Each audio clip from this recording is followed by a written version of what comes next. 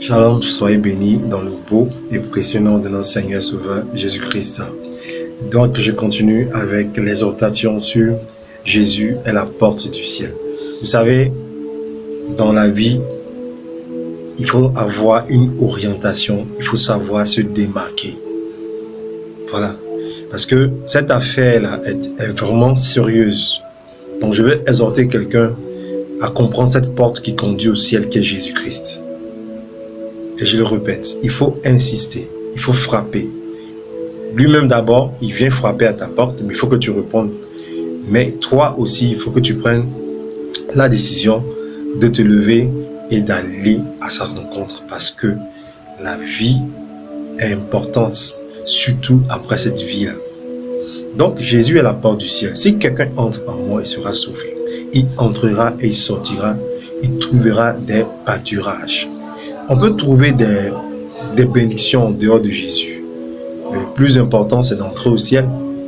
Et Jésus donne des pâturages aussi sur la terre.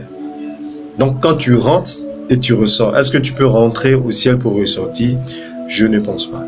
Mais la vie sur terre, parce que l'évangile aussi est pour la vie sur terre, qui conduira aussi au ciel. Donc, on est sur la terre, l'évangile nous donne à mener une vie sur terre. Donc, tu dois vivre, tu dois manger, tu dois faire des choses, mais il faut que la parole de Jésus, la parole de Dieu, t'aide à mener la vie de victoire sur terre. Donc, les pâturages que Jésus a réservés à ceux qui vont l'accepter, ces pâturages ne sont pas connus par des gens qui ne l'ont pas accepté. Si tu n'as pas accepté Jésus, jamais tu ne verras ces pâturages réservés à ceux qui l'ont accepté. Donc, arrête de tourner en rond et prends la décision de devenir un enfant de Dieu. Et les gens, je ne sais pas qu'est-ce qui se passe franchement dans leur manière de concevoir les choses. Ils sont dans l'église, mais ils ne sont pas à fond. Ils sont derrière Dieu, mais ils sont dans l'hypocrisie. Il faut être sincère. Il faut être sincère. Vous êtes avec Jésus ou vous n'êtes pas avec Jésus.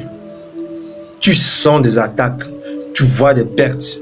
Il y a des choses qui continuent de te perturber, mais tu n'es pas encore prêt ou prête à accepter Jésus.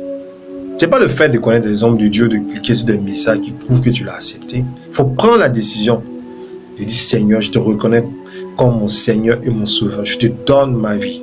Viens t'installer dans mon cœur. Voilà, la porte sera ouverte maintenant et tu vas trouver des vrais pâturages. Donc, je t'invite à prendre une décision capitale pour ta propre vie.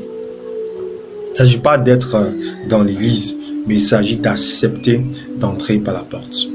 Demeure béni. Shalom.